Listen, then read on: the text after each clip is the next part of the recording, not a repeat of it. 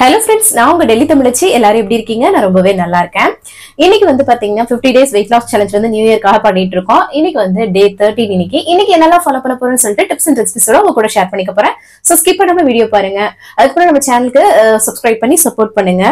இப்போ வாங்க சில டவுட்ஸ் எல்லாமே கேட்டிருக்கீங்க. அதெல்லாமே பார்த்ததுக்கு அப்புறம் இன்னைக்கு டே vlog வந்து பார்க்கலாம். டிப்ஸ் அண்ட் ரெசிபிஸ் வந்து நிறையவே இருக்கு. வாங்க பார்க்கலாம். ஃபர்ஸ்ட் வந்து பாத்தீங்கன்னா பிரேமா அம்மாவுக்கு 32வது திருமண நாள் வாழ்த்துக்கள்மா. நீங்க தான் எங்களை வந்து பிளஸ் பண்ணணும் எல்லாரையுமே. அப்புறம் பாக்குற எல்லா சிஸ்டர்ஸுமே பிரேமா அம்மாவுக்கு உங்களோட வாழ்த்துக்கள் சொல்லுங்க. அவங்க ரொம்பவே சந்தோஷப்படுவாங்க. ஸோ நீங்களுமே எங்க எல்லாருக்குமே வந்து உங்களோட பிளெஸிங்ஸ் வந்து கொடுங்கம்மா. நீங்க வந்து எப்பவுமே ரொம்ப ரொம்ப நல்லா இருக்கணும். சரிங்களா? அதுக்கப்புறம் இன்னொன்னு என்னன்னா கயல் அப்புறம் ராஜேஷ் கயல் சிஸ்டர் வந்து அவங்களோட ஹஸ்பண்ட் பேர் ராஜேஷ் அண்ணா. அவங்க ரெண்டு பேருக்குமே வந்து 8வது வருட திருமண நாள் வாழ்த்துக்கள். நீங்களுமே ரொம்ப சந்தோஷமா இருக்கணும்.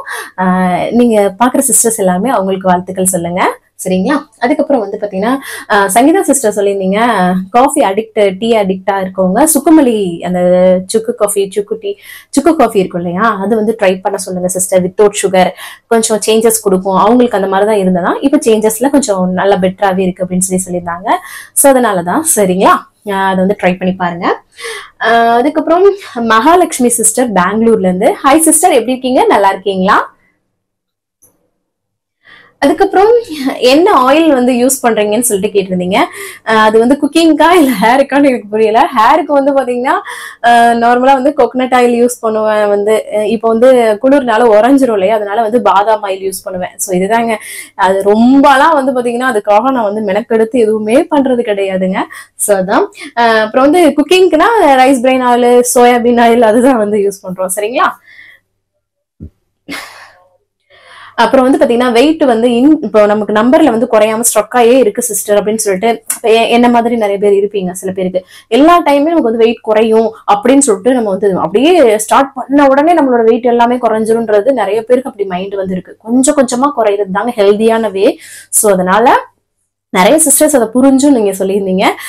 நீங்க பண்றது எல்லாமே ரொம்ப சிம்பிள் அண்ட் ரெசிபிஸா இருக்கு, ஹெல்தியா இருக்கு, வெயிட் லாஸ் பண்றது மாதிரியே தெரியல சிஸ்டர் அப்படின்னு சொல்றீங்க. ஸோ அதுதான் நமக்கு முக்கியம்.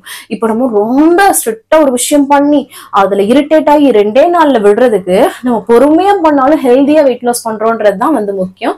ஸோ வந்து அதாங்க. ஸோ நமக்கு வந்து நம்பர்ல வந்து சேஞ்சஸ் இல்லாட்டினாலும் இன்ச்சஸ்ல கண்டிப்பா வந்து உங்களுக்கு சேஞ்சஸ் வந்து இருக்கும். ஸோ வந்து கவலைப்படாதீங்க.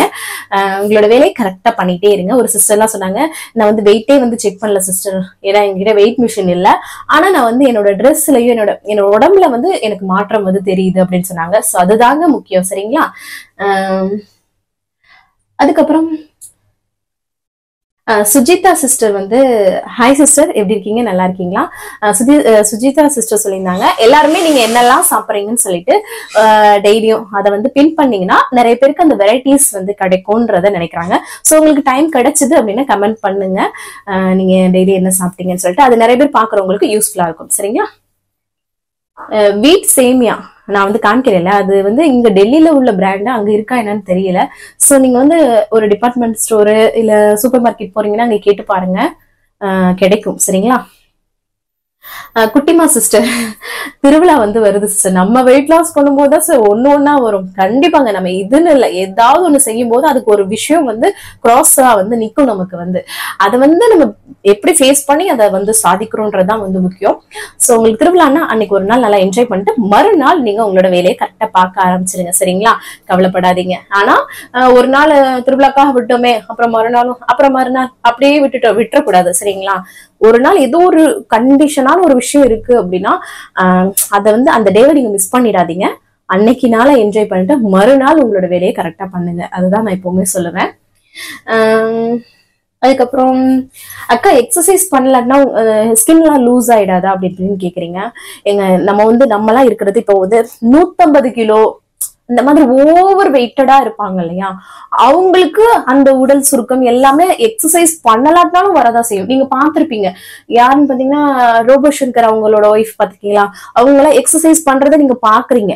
ஆனா அவங்களுக்கு இந்த கழுத்து பகுதி எல்லாமே தொங்கிதான் போயிருக்கு. அதுக்கு என்ன பாத்தீங்கல்ல, சேஞ்சஸ் எல்லாமே எக்ஸசைஸ் உடல் பருமன் ஓவரா ஆயிடுச்சு, அவங்க குறைச்சாங்கன்னு ரொம்ப ஓவருங்க. நான் 150 kg மேல உள்ளவங்கள சொல்றேன். அப்ப வந்து அந்த சுருக்கம் வந்து இருக்கதான் செய்யும். ஆனா நம்ம மாதிரி நார்மலா இருந்தவங்களுக்கு மேக்சிமம் பாத்தீங்கன்னா 100க்குள்ளதான் எல்லாருமே இருக்கீங்க. சோ அதனால அந்த பிரச்சனை எல்லாம் இருக்காது. நல்லா வாக்கிங் வந்து பண்ணுங்க, ஹெல்தியா சாப்பிடுங்க. அப்புறம் வெயிட்டை வந்து காட்டுங்க சிஸ்டர், அதான் எங்களுக்கு மோட்டிவேஷனா இருக்கு. அதை நீங்க எதையுமே இது நினைக்காதீங்க அப்படின்னு சொல்லியிருந்தீங்க. கண்டிப்பா இன்னைக்கு நான் எடுக்கல, நாளையில இருந்து வேணா ட்ரை பண்றேன் சிஸ்டர்ஸ், சரிங்களா? உங்க ஹைட் என்னன்னு கேட்டீங்க. 5.3 என்னோட ஹைட்டு. அப்புறம் திணை ரெசிபி வேற என்ன சிஸ்டர் இருக்கு? திணையில சாம்பார் சாதம், தக்காளி சாதம், அப்புறம் வந்து பாத்தீங்கன்னா அதை வந்து கஞ்சி மாதிரியே நம்ம வந்து குடிக்கலாம், இல்லைன்னா சாதமாவே நம்ம வச்சுட்டு குழம்பு கூட வந்து சாப்பிடலாம். அப்புறம் வந்து இந்த மாதிரி நிறைய ரெசிபிஸ் இருக்கு. திணை பொங்கல், அவ்வளவுதாங்க. திணையில வந்து கிச்சடி மாதிரி, உப்மா மாதிரி நிறைய ரெசிபிஸ் இருக்கு, சரிங்களா? யூடியூப்ல போட்டாலே நிறைய வரும். நானுமே நிறைய இனிமே ஷேர் பண்றேன், சரிங்களா? அதுக்கப்புறம் வந்து நிர்மலா சிஸ்டர் பல்லடத்துல இருந்து, உங்களோட அத்தை பொண்ணு இருக்காங்கன்னு சொன்னீங்களே சிஸ்டர், கண்டிப்பா பல்லடத்துக்கு வந்தீங்கன்னா என்னை வந்து பாருங்க, நம்ம வீட்டுக்கு வாங்கன்னு சொல்லியிருந்தீங்க. நான் பல்லடத்துக்கு இது வரைக்கும் வந்தது இல்லை. அத்தை பொண்ணு கல்யாணத்துக்கு எல்லாம் இருந்தேன். அப்போ வந்து செகண்ட் பிரெக்னன்சி எனக்கு. சோ அதனால கல்யாணம் முடிச்சுட்டு எங்க ஊர்லயே இருந்தேன், சிவகங்கையிலே. அவங்க ஊருக்கு போக முடியல பல்லடத்துக்கு, லாங் டிராவல் இல்லையா, பிரெக்னன்சி டயத்துல போகல. இப்பவுமே வந்து பாத்தீங்கன்னா நாங்க ஊருக்கு போனேன்னா சிவகங்கைக்கு வர வச்சு நான் பார்த்துட்டு ஒரே தான் வந்துடுறேன். நம்ம போற ஒரு 10-15 நாளைக்கு எங்கிட்டுங்க போறது? சோ அதனால இன்ன வரைக்கும் நானே வந்து பல்லடத்துக்கு போகல. சோ இன்கேஸ் வந்தேன்னா கண்டிப்பா உங்களை பாக்குறேன், சரிங்களா? ஆல்மோஸ்ட் எல்லா கமெண்ட்டுக்கும் ரிப்ளை பண்ணிட்டேன். இன்னைக்கு திருமண நாள், பிறந்த நாள் காணும் அனைவருக்கும் என்னோட மனமார்ந்த வாழ்த்துக்கள். அப்புறம் இன்னைக்கு நான் இந்த வீடியோ ஷூட் பண்ணிட்டு இருக்கேன் இல்லையா, இன்னைக்கு என்னோட ஃப்ரெண்டோட பர்த்டே, ஜோதி. அவங்க எல்லாருக்குமே தெரியும், டெல்லி தமிழ் பொண்ணு. நம்மளோட வீடியோஸ்ல நிறைய காட்டியிருப்பேன். அவங்களுக்குமே wish you many more happy returns of the day Jyothi. நீங்க எல்லாருமே அவங்களுக்கு வாழ்த்துக்கள் சொல்லுங்க. இன்னைக்கு இந்த கொஞ்சம் குட்டி செலிப்ரேட் பண்ணோம், அதெல்லாமே vlogல வரும், பாருங்க. சரி வாங்க பார்க்கலாம். காலையிலே நல்லா வந்து ஃப்ரெஷ்ஷாக வந்து டேவை வந்து ஸ்டார்ட் பண்ணியாச்சு. இதுக்கப்புறம் எம்டி ஸ்டமக்கில் வெயிட் வந்து செக் பண்ணுறதான். ஸ்வெட்டர் எல்லாமே கழட்டிட்டேங்க. அதுக்கப்புறம் எம்டி ஸ்டமக்கில் வந்து 59.95. Super super. 59 சம்திங், 60லேருந்து கம்மி பண்ணி வந்தாச்சுங்க. எப்பவுமே விடாமுயற்சி தாங்க. சம்டைம் அப்படி ஸ்ட்ரக் ஆகி நிற்கிற மாதிரி இருக்கும், அதெல்லாம் வந்து கண்டுக்கிறவே கூடாது.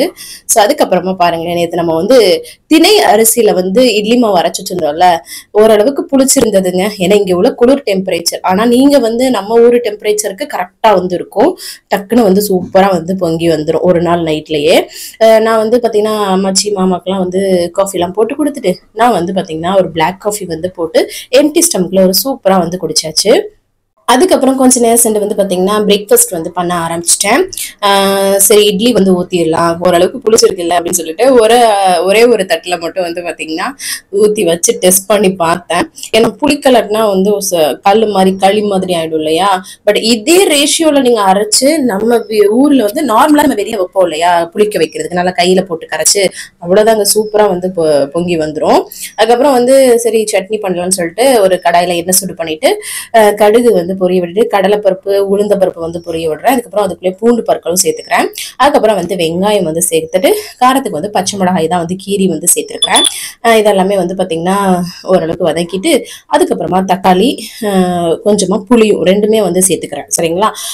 புளிப்பு சுவைக்காக. அதுக்கப்புறம் தேவையான அளவு உப்பும் சேர்த்து நல்லா வந்து மிக்ஸ் பண்ணி விட்டுக்கலாம், நல்லா ஓரளவுக்கு. அதுக்கப்புறமா கடைசியில நல்லா கொத்தமல்லி வந்து நிறைய வந்து சேர்த்துக்கிறேன். இதை வந்து கொத்தமல்லி சட்னின்னு சொல்லலாம், இல்ல தக்காளி சட்னியில கொஞ்சமா கொத்தமல்லி சேர்க்கறதுன்னு சொல்லலாம். டேஸ்ட் நல்லா இருக்கும். ஆனா அதை வந்து வதக்கி அங்கிட்ட ஆற வச்சுட்டு இந்த சரி இட்லி ஊற்றி வச்சிருந்தவங்கள சூப்பரா வந்து வெந்து ரெடி ஆயிடுச்சுங்க. சூப்பரா இருந்ததுங்க. எங்க உள்ள லைட்டா புளிச்சிருந்ததுக்கே நல்லாவே வந்திருந்தது. ஸோ நீங்க நம்ம ஊருக்கு கரெக்டா இருக்கும், கண்டிப்பா ட்ரை பண்ணி பாருங்க, சரிங்களா? நல்லா ஃபில்லிங்கா இருக்கும். இங்க பாருங்களேன் இட்லி எப்படி சூப்பரா வந்திருக்குன்னு சொல்லிட்டு. நான் அது ஒரு சொட்டு கூட ஆயில் எல்லாம் அப்ளை பண்ணல, நார்மலா தான் ஊத்தி எடுத்துக்கேன். அதனால அப்படி இருக்கு. நீங்க ஆயில் வந்து சேர்க்காம நம்ம இட்லி துணியில வந்து ஊத்தி எடுத்துக்கோங்க. அதுக்கப்புறம் இங்க பாருங்களேன், நான் வந்து தோசை சுடுறேன். எவ்வளவு கிறிஸ்பியா வந்து வருதுன்னு மட்டும் பாருங்களேன். அப்படி பேப்பர் ரோஸ்ட் மாறுங்க. சாஃப்டா வேணும்னா சாஃப்டா ஊத்திக்கலாம், இந்த மாதிரி கிறிஸ்பியா வேணும்னா கிறிஸ்பியா ஊத்தலாம். எவ்வளவு பாருங்க, இங்க பாருங்க நொறுக்கி காட்டுறேன் பாருங்களேன், எவ்வளவு சூப்பரா இருக்கு பாருங்க. நான் வந்து ஒரு கிறிஸ்பி தோசையும் 2 இட்லி வச்சு நல்லா அந்த சட்னி மல்லி சட்னி மாதிரி அரைச்சோம் இல்லையா, அதையும் வச்சு சூப்பரா சாப்பிட்டேன் காலைல பிரேக்ஃபாஸ்ட். அவ்வளவு ஃபில்லிங்கா இருந்தது. மதியம் வரைக்கும் துளி கூட பசிக்கல. ஸோ கண்டிப்பா இந்த மாதிரி ட்ரை பண்ணி பாருங்க, சரிங்களா? அதுக்கப்புறம் சாஃப்டாவும் வந்து ஊத்துனேன் பாருங்களேன், மற்றவங்களுக்கு ஊத்தையில. ஸோ அதான் உங்களுக்கு காட்டுறேன். அதுக்கப்புறம் எப்பயுமே பிரேக்ஃபாஸ்ட் முடிச்சதுக்கு அப்புறம் காஃபி வந்து போட்டு கொடுப்போம் இல்லையா? ஸோ அதை பிரேக்ஃபாஸ்டோட அம்மாச்சிக்கு எடுத்துட்டு போயிட்டேன். அப்புறம் ஹஸ்பண்டுக்கும் கொடுத்தாச்சு. அதுக்கப்புறம் வந்து பாத்திரத்தை தாங்க கழுவிட்டு இருந்தேன். நிறைய பாத்திரம் குமிஞ்சு போயிடுச்சு. ஸோ அதெல்லாமே கழுவிட்டு அதுக்கப்புறமா 11 மணி போல எப்பயும் காஃபி போட்டு கொடுப்பேன். அதுதான் வந்து போட்டு கொடுத்தேன். இடையில வந்து இந்த வீடியோ எடிட்டிங் அதெல்லாமே பார்த்துட்டு இருப்பேன். அதுக்கப்புறம் குளிச்சு ஃப்ரெஷ் அப் ஆயிட்டு வந்துட்டேன். ஸோ வாங்க அடுத்தடுத்து என்னெல்லாம் பண்றேன்னு சொல்லிட்டு பார்க்கலாம். நான் இங்கே பேசிட்டே இருக்கும்போது என்னோட சின்ன பையன் அங்கே இருந்து லுக்கு விட்டுட்டே இருக்கேன். அப்படியே குறுகுறுன்னு பார்த்துட்டு இருந்தா அதான் வந்து சேப் வந்துருச்சு. அதுக்கப்புறம் அரிசியை களைஞ்சு அப்படியே குக்கர்ல ஊற வச்சிட்டோம்னா அப்புறமா நம்ம வந்து விசில் வச்சு எடுத்துக்கலாம் அப்படின்னு சொல்லிட்டு அதை ஊற வச்சுட்டு அதுக்கப்புறமா துணி எல்லாமே மிஷின்ல போட்டு விட்டு வந்துடலாம்னு சொல்லிட்டு மாடி இருக்கிற ரூம்ல போயிட்டு மிஷின் போட்டு விட்டுட்டு அதுக்கப்புறம் மொட்டை மாடிக்கு போயிட்டு நேற்று காய போட்ட துணிகள் எல்லாமே கிடந்தது. ஸோ நல்லா மிதமான வெயிலாகவும் நல்லா இருந்தது. ஸோ கொஞ்ச நேரம் அப்படியே வந்து நின்றுட்டு அப்படியே துணியை ஃபுல்லாக அள்ளிட்டு கீழே வந்து வந்துட்டேன். அதுக்கப்புறம் வந்து பார்த்தீங்கன்னா குக்கர் வந்து மூடி விசில் வச்சுட்டு அந்த சைடு இங்கிட்டு காய் தான் வந்து கட் பண்ண ஆரம்பிச்சிட்டேன். முள்ளங்கி இந்த சைடு குக்கரும் விசில் வர ஆரம்பிச்சிடுச்சு. அந்த முள்ளங்கி வந்து இன்னைக்கு வந்து நீல வாக்கில் வந்து வெட்டியிருக்கிறேன். அம்மாச்சிக்கு இந்த மாதிரி வெட்டி போட்டோம்னா ரொம்ப பிடிக்கும். ஸோ அதனால தான் சாதம் வந்து குக்கர்லாம் விசில் போனதுக்கப்புறம் ஒரு ஹாட் பாட்டில் போட்டு வச்சுட்டேன். ஸோ அதுக்கப்புறம் ஏன்னா குக்கர்ல வந்து சாம்பார் ஒரே தான் வச்சு விட்டுலாம் அப்படின்னு சொல்லிட்டு அதுக்கப்புறம் உருளைக்கிழங்கையும் வந்து பார்த்தீங்கன்னா பொடியாக கட் பண்ணி எடுத்துட்டேன். இந்த மாதிரி உருளைக்கிழங்கு பொரியல் பண்ணிடலாம்னு சொல்லிட்டு ஒரு கடாயில எண்ணெய் சுடு பண்ணிட்டு சோம்பு வந்து பொரிய விட்டுட்டு பூண்டு வந்து தட்டி சேர்த்தோம்னு வச்சுக்கோங்களேன். இது ரெண்டும் பொரியும் போதே அவ்வளோ ஸ்மெல்லு ரொம்ப நல்லா இருக்குங்க டேஸ்ட். அது கூட கருவேப்பிலை இருந்தால் சேர்த்துக்கோங்க. எங்கிட்ட இல்லை அதனால சேர்க்கல.